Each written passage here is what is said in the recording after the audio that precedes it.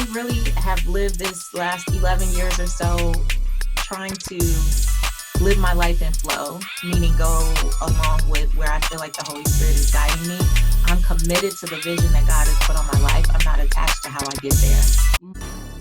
You're listening to the Leverage Your Incredible Factor podcast with Darnyelle Jervey Harmon, the place to be to leverage and scale a business that serves you financially and spiritually. I'm your host, spiritual business growth strategist Darnyelle J. Harmon.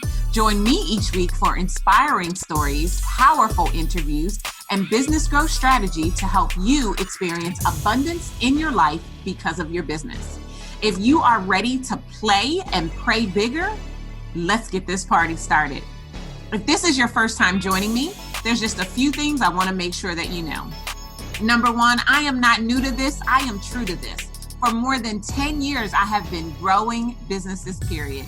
I am the absolute best at combining spiritual principles with business growth strategy to turn entrepreneurs into multiple 6- and 7-figure CEOs. And no, in case you were wondering, you do not have to choose.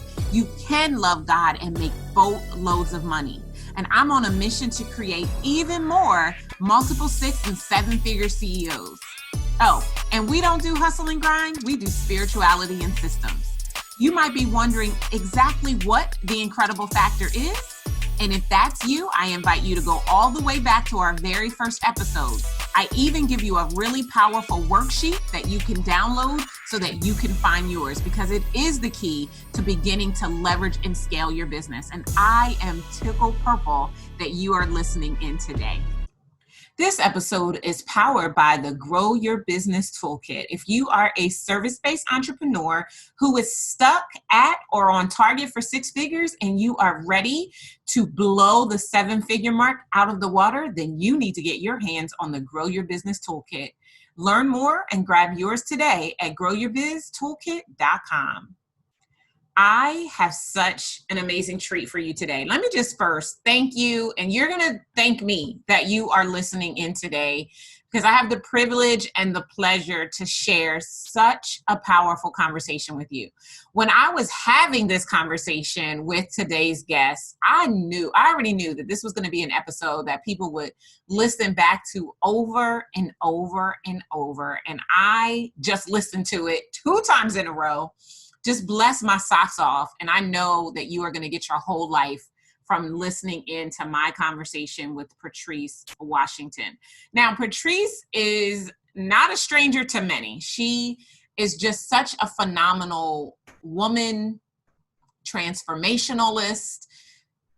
The way she lives her life is just so awe-inspiring. And our conversation was literally like 2 girlfriends sitting down with a cup of tea or a cup of coffee on a big comfy couch, just sharing time and space together. I have never been more fulfilled and inspired following a conversation with anyone. So I'm excited to allow you into what Patrice and I talked about. I'm calling this episode Obedience is the New Surrender, because we talk a lot about both, about obedience, about surrender, and the journey and the pathway that Patrice took to get there, the journey and the pathway that I'm on as a result of focusing on surrender and being in obedience, and the plethora of abundance that have sprung forth as a result of that. Let me take a quick moment and read Patrice's formal bio. Patrice Washington is an award-winning author, transformational speaker, hope-restoring coach, and media personality. Patrice got her start as your favorite personal finance expert, America's Money Maven, having tremendous success with her mindset approach to personal finance. She has since expanded her brand and mission, encouraging women to chase purpose, not money. Patrice is committed to redefining the term wealth using its original meaning, well-being. She encourages women to have wealth in all aspects of their lives by pursuing their purpose, being fulfilled, and earning more without ever chasing money. Through her teachings, Patrice empowers women to look at life through the lens of abundance and opportunity instead of lack and scarcity. As the founder of Redefining Wealth and the Earn More Money movement for women, Patrice has built a thriving community of high-achieving women committed to creating a powerful life vision in their careers, home, health, and personal finance. Okay. every single second of this interview, you are going to want to savor it. So I already know that you are going to listen to this episode over and over and over again. There actually wasn't a moment that wasn't juicy good. You know how when I do the show notes, I try to pull out some of the best quotes from the episode. Listen, the whole episode was the most powerful quote of the episode. It was that juicy good. Grab pen, grab paper, say a quick prayer to open your heart and mind to what God is speaking to you in this moment. And let's jump into my conversation with Patrice Washington. Patrice Washington. Oh, girl, I am so excited that you are here on the Leverage Your Incredible Factor podcast. I am super excited to be here. Oh, it's good. I mean, first of all, that prayer in, honey. What you needed to hear was that prayer that Darnyelle just took us through just to get to this moment. That I just felt a little something in my spirit. So I know this is going to be good. I'm still reverberating. Mm-hmm. I like literally just decided. I was talking to some clients earlier, and I created this cheat sheet of 40 business scriptures. It's one of our things that we give away. We're running Facebook ads on it, and it is downloaded 100 times every week. Crazy. Mm-hmm. And so I said, I'm going to turn these 40 scriptures into a devotional. And then when I was talking to my clients, I said, and what I'm going to do is you know how the devotional has a little story and then it has a scripture and then it has a prayer. So I'm going to write a prayer and then I'm going to give them the option to go listen to me pray that prayer. Oh, that's powerful. Isn't that going to be good? Oh! That's good. I mean, I know that it'll create 10 times what it just created for me. That prayer was powerful. Yeah, it is so amazing now that I have stepped fully in, like when I was on your podcast and we talked about how I had just figured out who I really am and how I just have stepped fully in, the way God is just showing up for me, through me. It's amazing. It's so juicy, amazing, and good. You know, it feels, because I feel it. I don't just see it. It feels so good to be in connection, in conversation with, in alignment with someone who's that clear. Your clarity is inspiring. Like seeing someone walk into that, and it's another example. For me, it's like, you know, if he did it for Darnyelle, he could do it for me. He could do it for Samantha and James and whoever else is listening, right? Like it's available to all of us once we surrender. Yeah. And that's it. It's surrender. Like, I think about the episode on your podcast. Okay, so let me just bring all of you guys that are listening in. Okay, so I have known of Patrice probably for about 7 or 8 years, and we know the same people.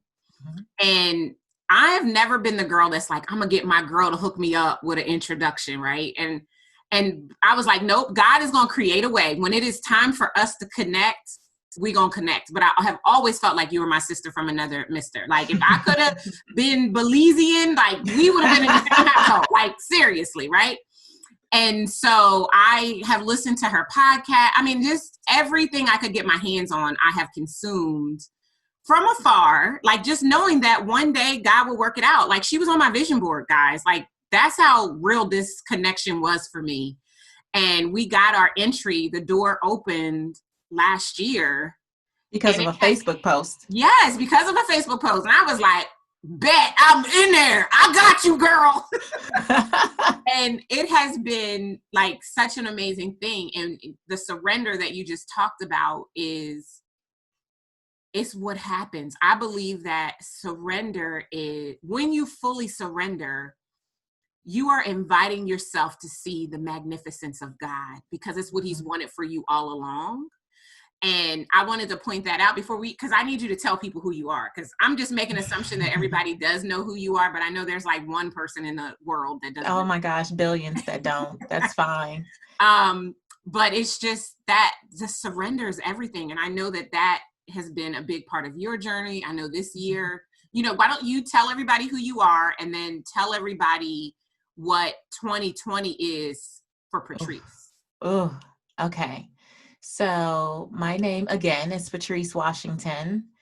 For years, I was known in media as America's Money Maven, but now I don't feel that I have to carry that moniker. I am Patrice Washington. Flawed and all, I'm God's girl.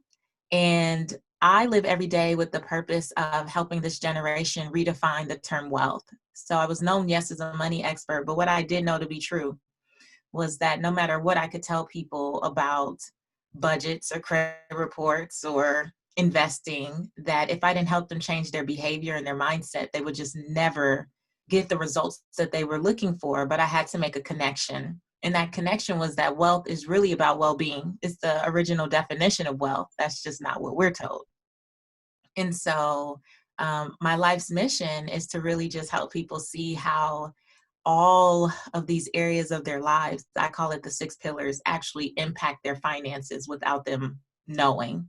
They think it's, oh, that's just my mama, or this is just how I am, or, they don't understand that all of these things connect. And when you talk about surrender, I can say honestly, when I was a little girl, people would say, what do you want to be? I knew I wanted to be an entrepreneur because my dad was an entrepreneur by the time I met him.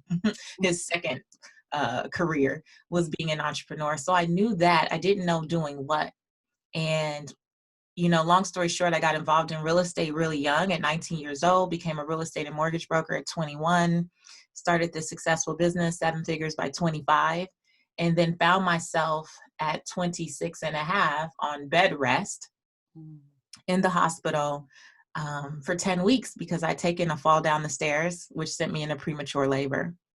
And at 20 weeks pregnant, I get to the emergency room and they say, I'm sorry, ma'am, this baby's coming any minute now. And talk about a moment to surrender. I did the only thing I knew to do, which was pray. I started praying. I called a few people and asked them to pray. The baby didn't come any minute.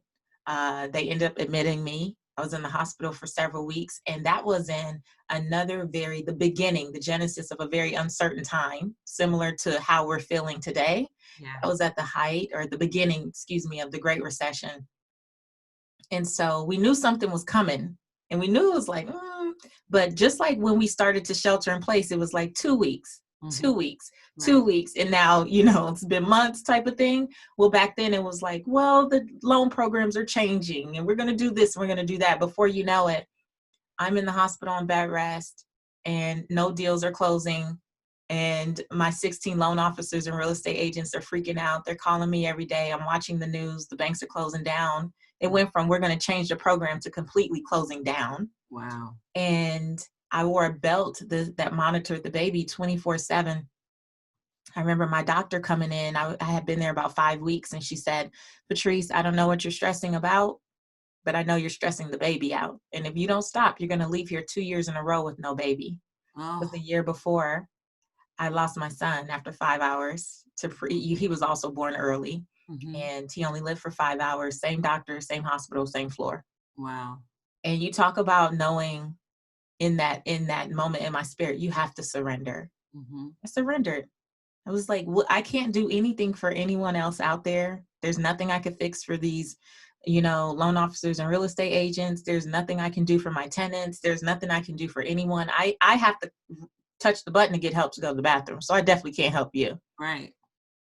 And I think that was one of the first times in my life that I understood what surrendering meant for me. Because it was not giving up, but it was letting go. It wasn't giving up, but it was letting go. Because I felt, God, I don't know what's going to happen when I come out of here. All I know right now is that I need to bring this baby into the world healthy and safe and strong. So if that means taking the TV off the wall, yeah, maintenance people came and took the TV off the wall. That means trading in my laptop for an iPod with praise and worship music. That's what I'm going to do. My husband came, took the laptop, gave me an iPod, a Bible, and a journal. And I said, I'm going to pray and praise and faith my way through this thing. Another 5 weeks go by. My daughter's born at 30 weeks, healthy. But she stays in the NICU for 3.5 weeks. And I leave there after all that time, several months with Cedars-Sinai being my residence, with this healthy, beautiful baby and also a healthy amount of medical debt, almost $400,000. Wow. No deals closed. My husband exhausting the savings, keeping everything afloat, tenants not paying rent.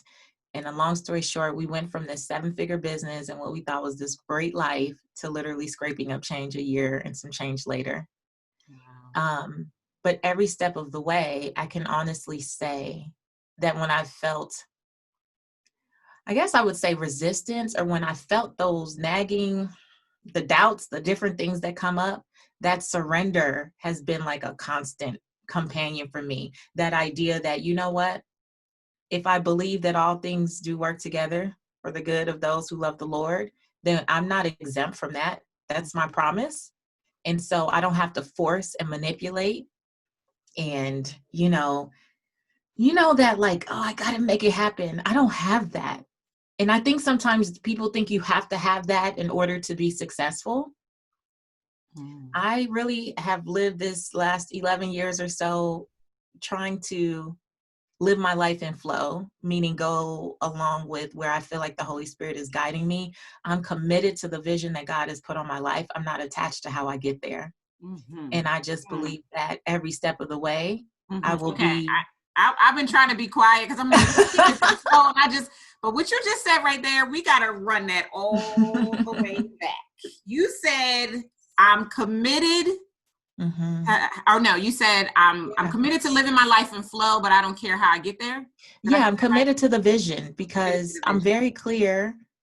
When I get those downloads that I think many of us do, I think what happens is a lot of us immediately go into what we don't have, what we can't do, why that's not for us, well, why so-and-so is better than us, and all this stuff. And I'm just like, all right, if that's what it is, even if it wasn't on my radar, you asked me about what my theme was for this year, what obedience. My word for this year has been obedience.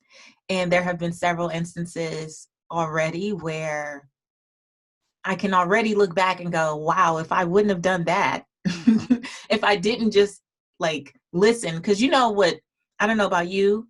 I think we may have talked about this before, but your girl had obedience issues because I like to bargain and negotiate with God. Oh, yeah. Right. So I would get a little word in my spirit and I'd be like, but you don't mean right now. You don't mean today. Like you mean at some point in the future when I get it together, when the calendar clears. Right. And this year it's been when God says, move, I move. And I ask questions later. Yeah. There's so many things that you said that were so powerful. I was writing. I already know I'm going to have to listen back to this episode to really do show notes because this has been the bomb. But there's like 3 things that I want to pull on because they were so good. And when you were talking about the fact that you couldn't help anybody in that moment because of the only thing you needed to do was to stay put so you could bring your daughter into the world. And I just think about the prophetic nature of a flight attendant. Right. And how we get on that plane and we listen to the directions and we don't pay any attention, but they say, listen, if this cabin should lose pressure, this oxygen mask is going to drop and you need to secure your mask before you helping anybody on the journey with you.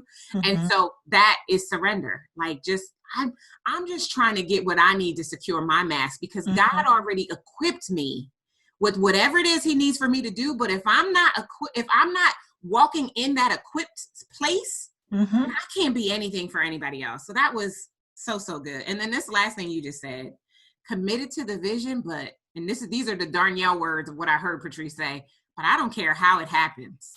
Yeah.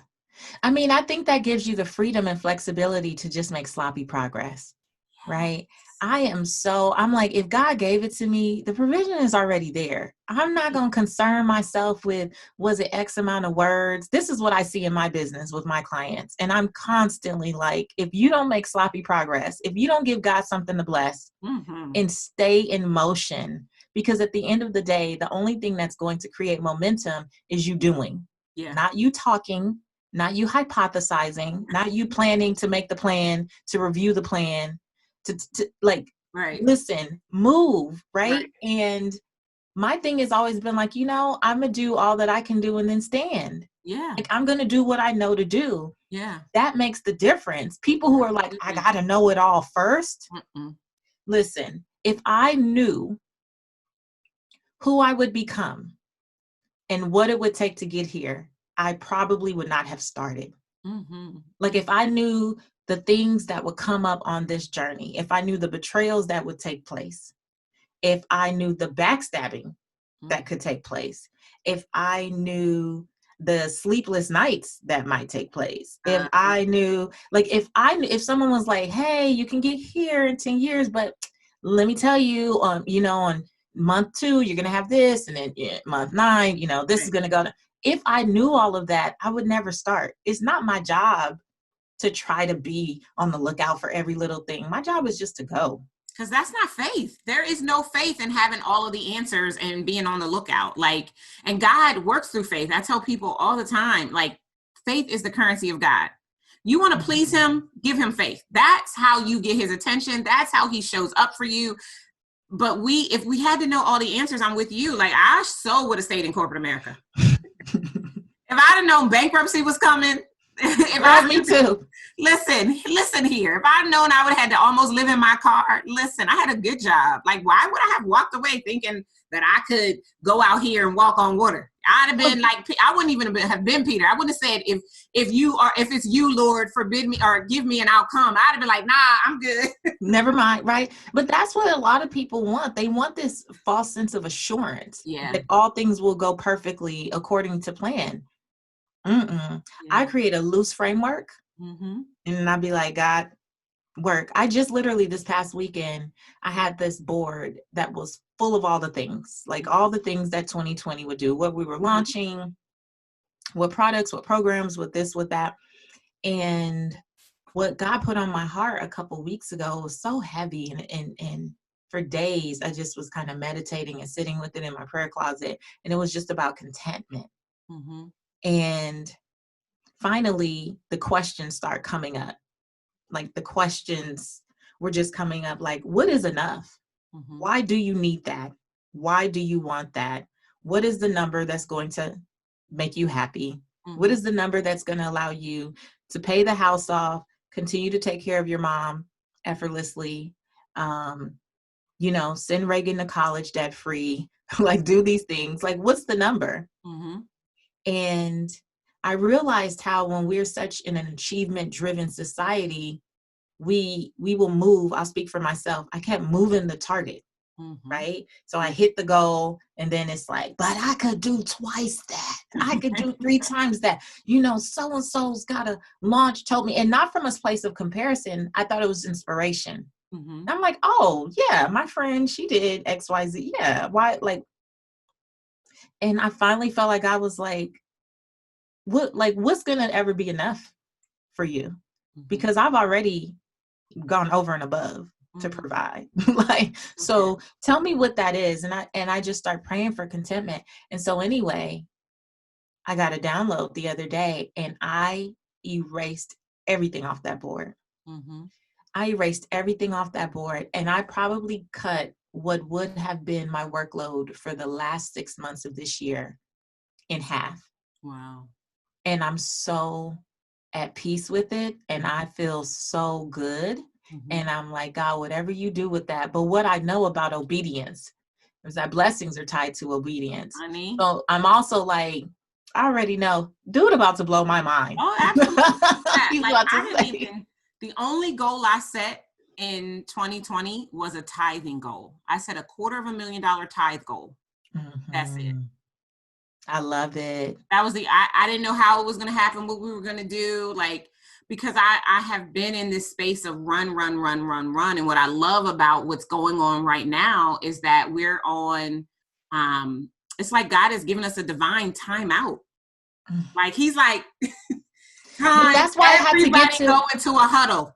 But that's why I had to that contentment question just kept coming up, because I didn't feel like I had time out. I felt like we were still running. And then people, I would see in social media where people are with all this free time. And I'm like, God, where is my free time? How come I don't feel I'm not speaking, right? So that's my normal get up and go, always on the road thing. So I'm not speaking, but why do I not feel like I have all this free time? Yeah. He said, because you filled it in. I gave you margin. And then you mucked it up by trying to put all kind of stuff in there. I didn't ask you to do that. I didn't ask you to fill in the blank. The blanks are okay. The blanks are my blessing. Mm-hmm. Like you good in the blank. I don't need you to fill in every single day, every single line, on the calendar. And I was like, oh, okay. Yeah. Okay. And so we think obedience is about when to be productive. And there's a big piece of obedience about when to be still. Mm-hmm. No. And that's what I needed to get. And girl, when I tell you, board erased, that board's so clean. My sister came in, she was like, did you finish the play? I'm like, that's the plan. That's all it is. Is no plan. Right. I love it. And when you talk about giving God something to bless, which we've talked about this before, I've said that, I don't know, I think the first time I can ever remember saying it, who knows how old I was, but we got to give God something to bless, right? And obedience with faith, God is living for that all day long and twice on Sunday. Like it changes everything when you just get in that space of settle. And I'm encouraged by that because I struggle with obedience. I mean, I don't know who might not, but I love that what you just said, the contentment, like just getting away from the how. And I tell myself constantly the how is God's job, but then I still find myself trying to figure out the how or telling God what I think the how should be, right? Like, okay, God, so doing a little estimating today. And I think that the way we're going to get this thing done is, and he'd be like, yo, my God he speaks Ebonics. Chill. Like, I got this.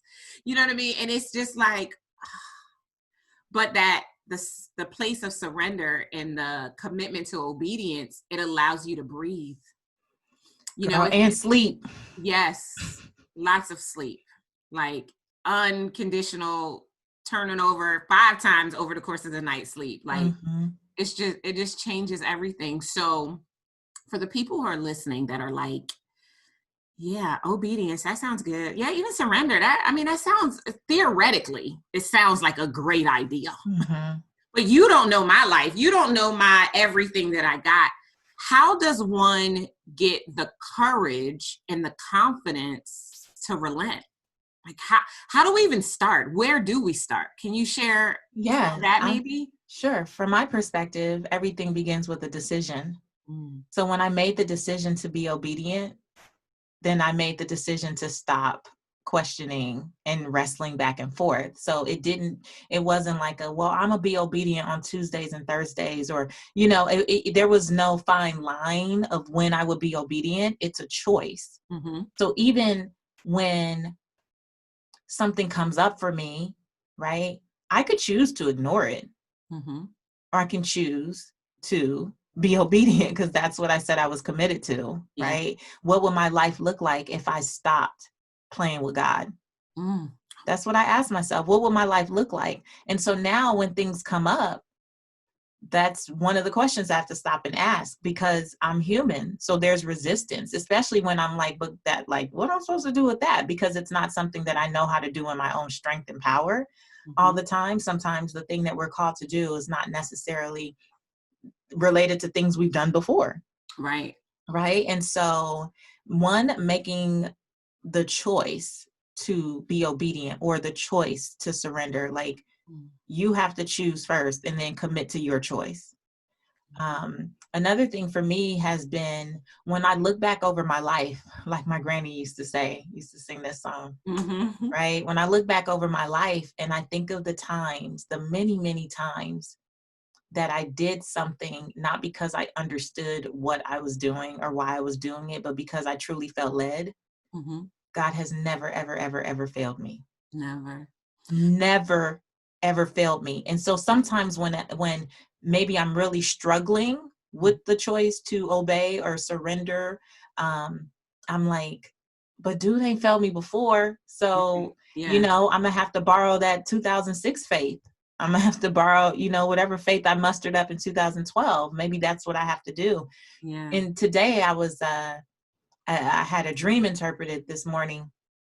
And it was a crazy dream, but when I broke it down, it said that someone would try to, character assassinate me, like, and all this stuff. And then I ended up reading in Psalms, because my thought was, well, if that happens, God, how you want me to respond? Because I'm not immune to the fact that it can happen, right? But I do know who I am and whose I am. I know, so I'm like, well, I'm not really going to get caught up in that, but how would I respond? Girl, don't you know the word took me straight to Psalm 38, and it talks about, it literally talked about, not responding. Right. Like my enemies will create these narratives and all this and not to respond.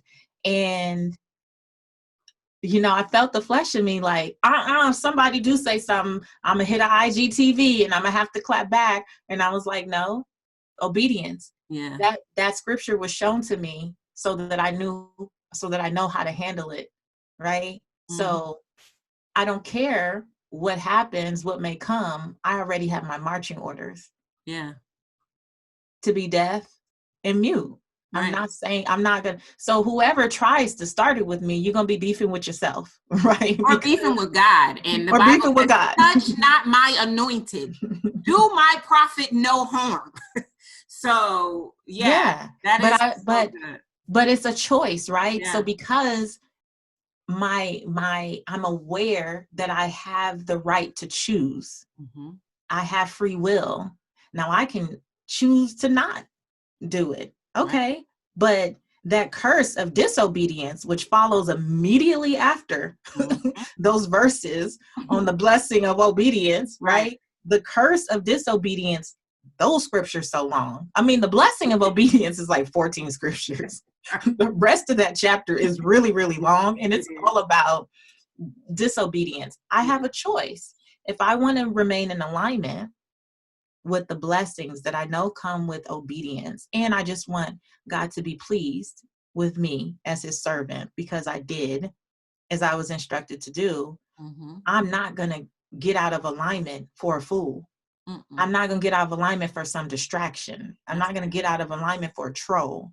I'm not going to miss my blessing or play my blessing to the left because I just had to say something, even if that would be defending my character. My reputation and my character speak for itself. That's right. I don't have to go around defending it. Right. So, but that's a choice. It is a choice. Like I say all the time, one monkey does not stop the show. Ever. But if we are not in alignment, if we have not made a choice and we are not committed to obedience, we will let that monkey throw a monkey wrench in our whole agenda and get all types of jacked up, feeling some kind of way, in our feelings, out of alignment, frustrated, jealous, revenge, all of that nasty stuff that will take us so far off the path that God had already just nicely laid out for us. All for what? All for what? To do what? Right. To do what? And that goes back to that contentment piece I was talking about and the questions that just kept coming up. I was writing in my journal, some of that was like, and buy that house for who? And move again for what? And do this for what? Right. All those things were like, for what? For who? For how? For why? Like, why is any of that necessary? How does any of that? Not that God doesn't want us to, have these things or whatever. I don't, but so much of the race that I see that pedal, it's not about the goal of how much I tithe. It's so that people know I made it. Right. It's so people know that I'm on. It's so everybody, right? But Gerald and I, my husband and I, we were talking about this one day. And I was like, I wish I would buy house after house. I don't invite anyone to my house, Darnyelle. Who is it for? You're never going to see more than like a brief shot of us playing in the house or something. But like, I don't floss my house. I don't floss my cars on social media. Like that's just not me. Right. Yeah. So to do anything to who, for what, like what? And that sometimes is that piece that we have to check back in with. It's like, why is this your goal? Yeah. Why was that the plan? Oh my gosh, that's so good on so many different levels. I'm thinking about in my own journey. I remember before I crossed the 7-figure mark, everything was about crossing the 7-figure mark. Once I crossed the 7-figure mark, it was like, I need everybody to know that I made it to the 7-figure mark. But then once the prophet Biggie, who said more money, more problems, showed up in my life, I was like, I did all of this to get here and it's still isn't good. And I had to change my whole process. Like, I have put my cars and my house on social media. Mm-hmm. And you know what? Interestingly, the reason I did it wasn't because I cared. It was because other people, and God was like, listen, you are influence and impact. You're an example of what knowing me, loving me, living for me looks like. And there are people out there who need the hope to see what is possible if they would do the same thing. Mm-hmm. So even when I have done it a few times, I'm like, look, I'm not doing this to floss. I'm doing this out of obedience because I was told that now's the time for me to share that this is the thing that I've accomplished because of the walk. But don't get excited about the outcome. Get excited about the process. Well, people don't want to get excited about the process. But that's, you know what I mean? But that's what they need to do, right? Like, they need to get excited about the process and not what's waiting for you when it's done, because the process and the refinement of me, getting into this connection and alignment with God, that he speaks to me constantly throughout the day, that he uses me in the way that he uses me, that I don't have a care in the world about money. Mm-hmm. I could care less. Like, I mean, I had never put it in these words, but I wrote it down because I'm like, that is so it. I'm committed to the vision, but I don't really care about any of that stuff, because the fact of the matter is having excess of something is only good if it has a purpose. Just to have it for the sake of having it, like, what was the point of it? You know what, though? I can hear a listener saying, it's so easy for you two to sit and have this conversation because you both have made millions. Yeah. And so now it's easy to say, well, I don't even care about the money. The truth is, though, chase purpose, not money, which is my mantra over at Redefining Wealth. I did not articulate it that way many years ago, but I remember when everything hit the fan and our home foreclosed, we ended up selling everything we could on Craigslist, moving in the middle of the night, or fleeing from California to Louisiana, ending up in this teeny tiny 600 square foot apartment, and feeling God tell me that I was supposed to help people with personal finance. And I was like, you see, we broke, right? Yeah. We broke, right? And I kept trying to go to LinkedIn and look for jobs, and look for jobs in the city in New Orleans where we lived, and nothing ever panned out. When I tell you, couldn't get a job to save my life. For the degree, the honors, graduating, running a multi-million-dollar business, all this stuff, nothing ever panned out. And when I got to Atlanta and I was sleeping on my brother's couch, I was actually offered a job, and Lord knows we needed the money. But that conviction that that's just not what I was put here to do. I had the nerve to tell the people, they were giving me the job, and I was like, I'm not gonna be able to do that. And in full transparency, it was with Steve Harvey, who I later went back and ended up being the money maven of the Steve Harvey show for 4 years. But years before that, he offered me a job, his manager. And I said, I can't do it. And I've known Steve since I was 19 years old. So he's like, aren't you broke? He didn't even say it in those nice words, but that was the sentiment. And I'm like, yeah. He's like, so how are you not just taking the job? I'm like, I don't feel like that's what I'm called to do. My husband was working at Taco Bell at the time to make sure that we had health insurance. We shared one car, and I would drop him off at Taco Bell about 30 something miles away from our house, drop our daughter off at the only sitter that we knew. It was a grandma from California who grew up, I knew from my neighborhood, only to come back near the apartment that we finally moved into after living on my brother's couch for months, to do like a little side gig thing. And that was my life every day. And I went in there and said no to what was like a $40,000, $50,000 a year job. And I was on food stamps, like all the things. Yeah. And so when people say, well, it's easy for you to say, I just want to make sure that we're clear. This didn't start when I start making money. Right. The choice, again, I made a choice. I will chase purpose, not money, because I understand that money does not fulfill you. the work that I do day in and day out, the impact that I have on people, the influence, really the influence I have to move people into a closer relationship with God, even though they think they're coming for personal finance. That's the real gag. Come on, right? Let's just put it out there. It's amazing how we get to be these spies, right? Yeah, right. That's the fulfillment. Yeah. Like that's what I wake up for. So when I say live your life's purpose and find fulfillment, earn more without chasing money, the more I've leaned into the first two, living my life's purpose, being obedient to what God has called me to do, finding fulfillment in the people I help, not the stuff I buy. Yeah. The more money I've made that I don't really, I'm with it, but I realized this ain't about a bigger house. This is not about yet another car. Yeah. I take nice vacations, but I interviewed someone today. He said he took a year-long sabbatical. Well, your girl's not there yet. The Lord has not released me to be able to just check out for a year, although I think it's awesome. It is awesome. But it's for what I'm able to give and just how I'm able to serve. And I think that's why I'm so committed to people just understanding that they don't have to chase money. It doesn't have to be this stress and struggle and strife to keep forcing what you feel like it should be, as opposed to you leaning in to what's already calling you.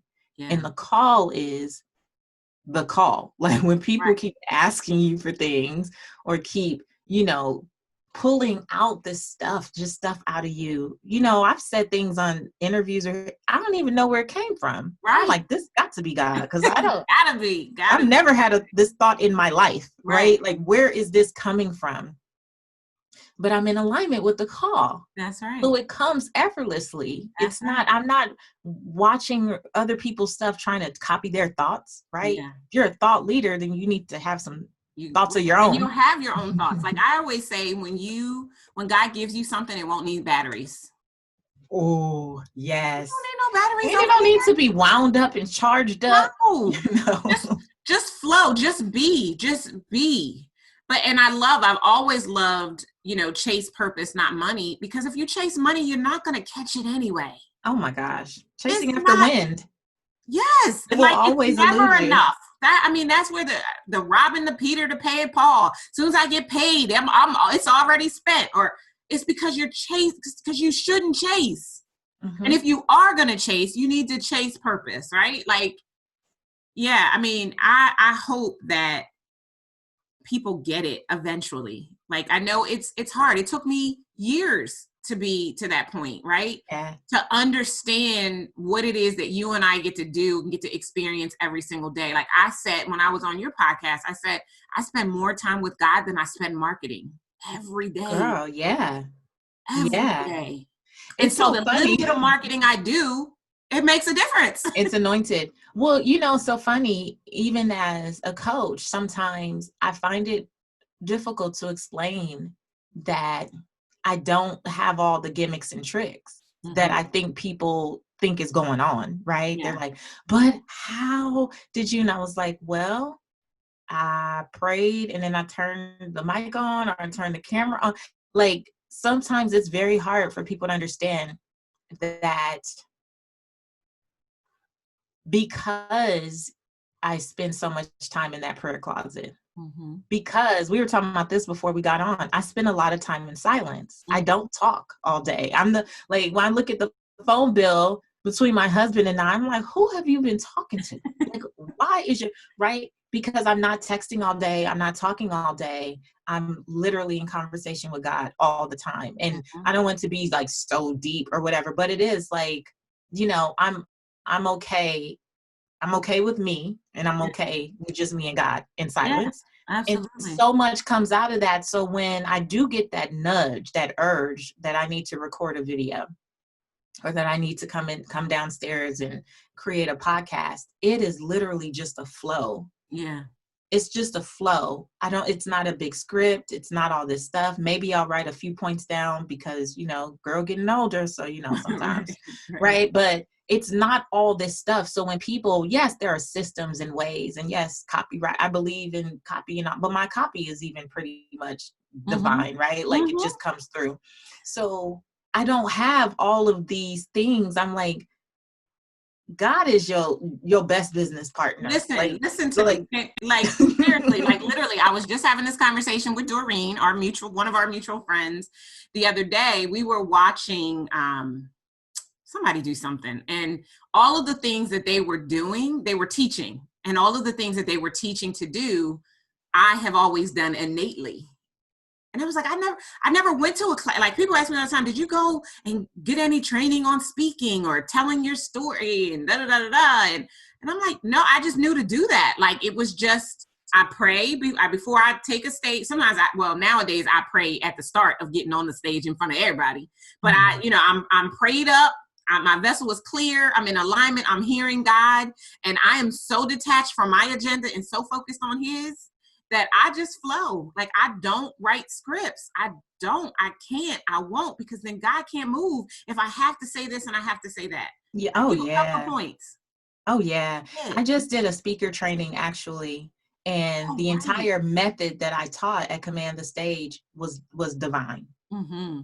It's what I did innately, but I finally just buckled down and said, let me reflect on what this is. Yeah. Because I didn't realize that it was such a struggle for so many people. Mm-hmm. We're very clear, okay, God called me to do this, but they don't know how to present that. Or they didn't know how to like really put it out there in a way that was more compelling and captivating and magnetic and memorable. So I was like, God, take me back and help me break it down. And girl, I tell you, the women in the program, the way they were like, I would have never, but that's the thing too. It's even in the things that we kind of take for granted. Like that is a thing that people want. Yeah. And that was the pen and paper, like kind of catch every little nugget and you're just. Yeah. Yeah. But that was a part of my divine download. That was the obedient part, because doing that, I never thought about training speakers. I've never seen myself as like a speaker trainer. Never been interested, never thought about it, never researched it, nothing. That was a divine download getting out of my shower one day. Mm. And I heard the Lord, this was at the end of January, beginning of February, clearly say, train the next generation. Train transformational speakers, not motivational speakers, not trainers, transformational speakers. And before I could be like, I was like, oh, let me grab my phone with this towel around me and just take notes on what I was hearing.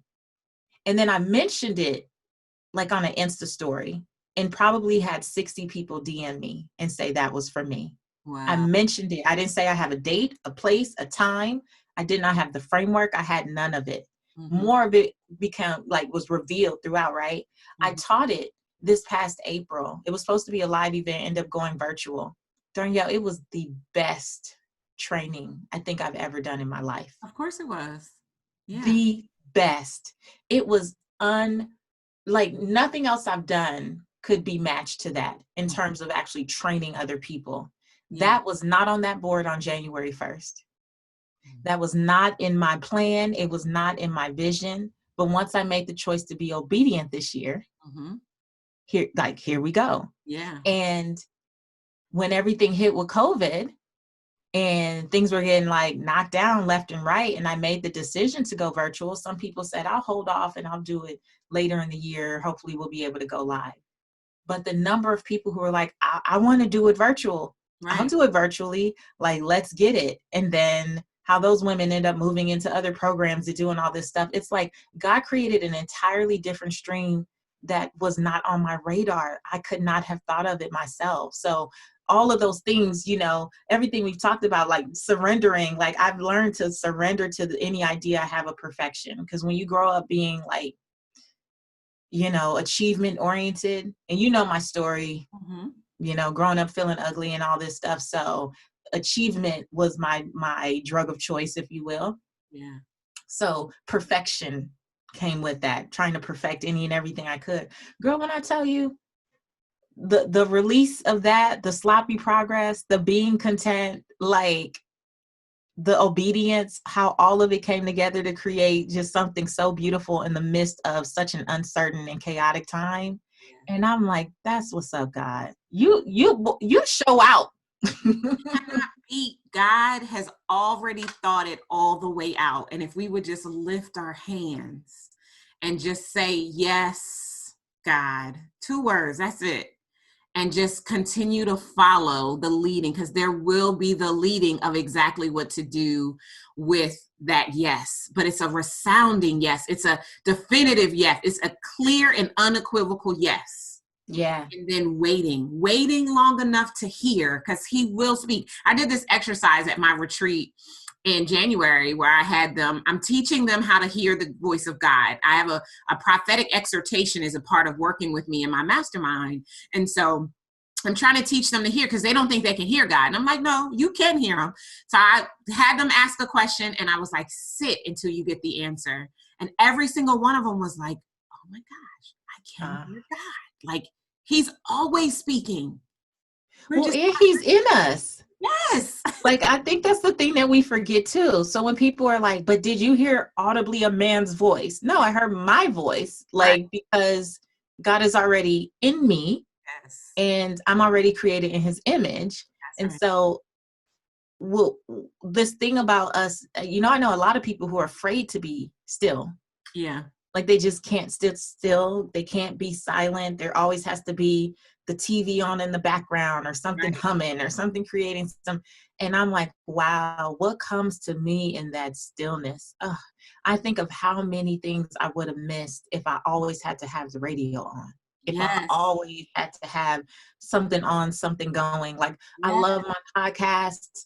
I love, sermons. I love all the things that I have access to digitally, but I cannot be consumed with that all day, because I'm not trying to miss God. I hear ideas that I think, sometimes you hear something at the perfect time and you're like, oh, okay, I see what that was. Right. But a lot of it just is being silent. And for people who speak or use the mic, or people have this perception of like you always being on and visible or on it. And I'm like, I'm the exact opposite of that. I'm always still and quiet, because I know that when God speaks, I want to be ready to hear it. I want to be in position to hear it and to act. Yeah. That's so good. I don't want our time to end. I don't want you to leave me, Patrice. It feels like 7 minutes have gone by. Oh my gosh, this has been so awesome and so amazing. So before I let you go, I have my little 3 questions that I have to ask you. The first, I'll tell you what they are. Oh no, maybe I should do it Patrice Washington style, where I'm just like, you tell me the first thing that pops into your mind. So the first question is, what is your favorite quote? Forgiveness is giving up the possibility of a better past.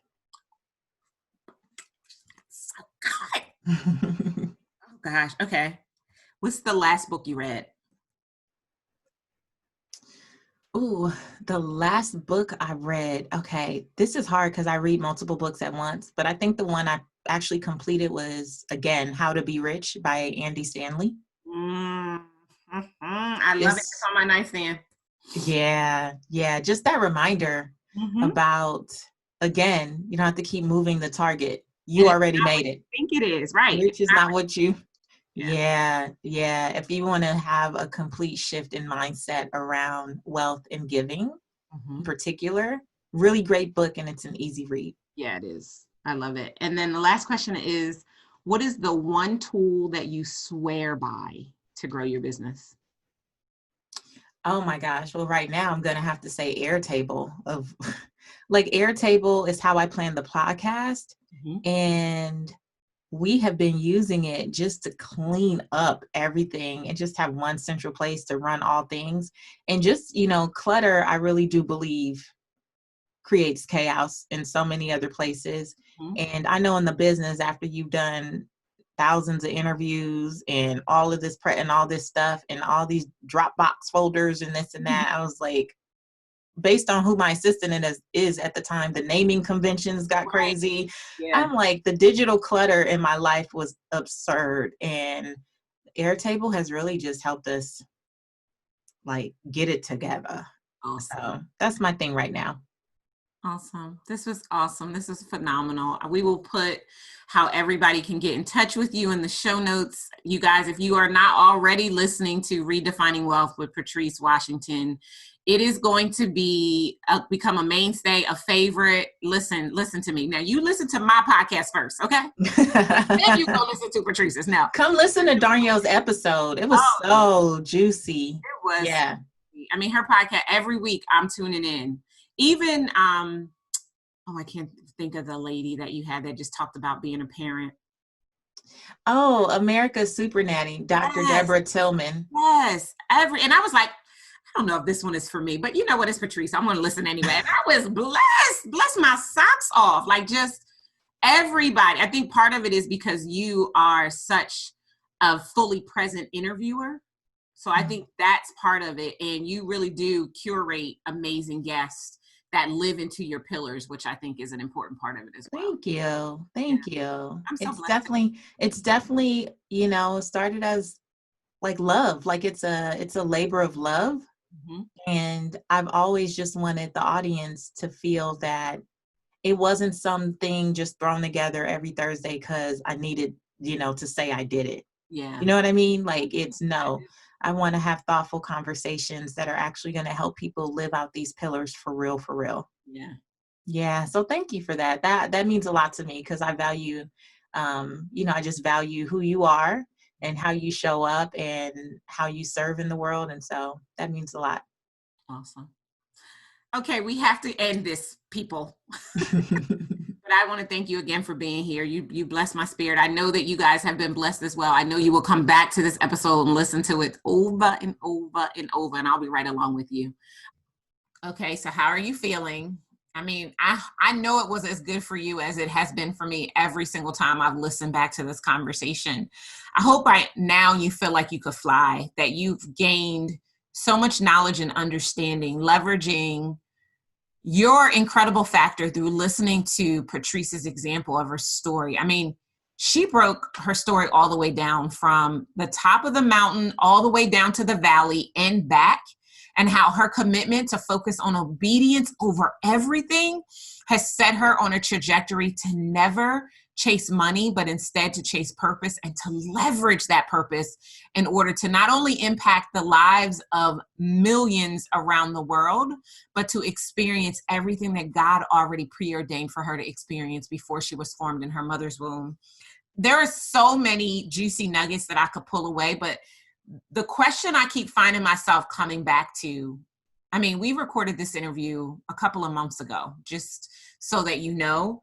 And that question she asked, what would my life look like if I stopped playing with God? Can I just tell you, I find myself writing that in my journal on a consistent basis. Whenever I feel like I'm playing small, whenever I feel like I'm out of alignment, whenever I feel like I'm being disobedient, whenever I'm feeling like I'm trying to push my agenda instead of focusing on God's agenda, I ask myself, what would my life look like if I stopped playing with God? And so I want you to ask yourself that very same question. Grab a clean sheet of paper in your journal and write that question down, and then sit until the answer comes to you. Because what I know for sure is that not only will God speak, he will give you such an amazing vision of what he's already seen for you. I love Jeremiah 1:5. Before you were formed in your mother's womb, God knew you and he approved you and he called you prophet. And a prophet is just quite simply someone who's been given a message to share with the nations. And you, incredible one, have been given a powerful message to share with the nations. And the moment that you decide to come into alignment in obedience, it is the same as surrendering your will to God's and allowing God to show up and show out in your life. And what I know that is waiting for you is the most amazing freedom, flow, and abundance you could ever imagine.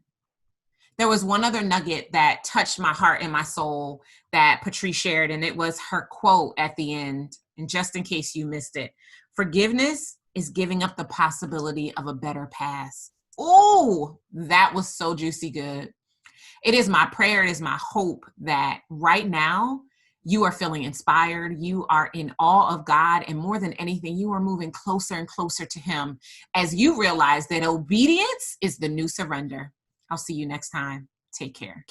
Thank you for joining me for the Leverage Your Incredible Factor Business Podcast. If after listening to this episode, you know that it's time that you stop playing and praying small, you should go grab my Grow Your Business Toolkit.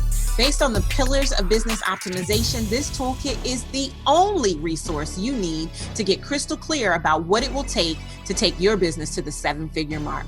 Go grab yours today at growyourbiztoolkit.com. And if you enjoyed our time together, do yourself a favor. Head on over to iTunes, subscribe, rate, and leave us a review. Until next time, remember, you deserve to scale your business, shake the planet, and fund the life you crave. Take care.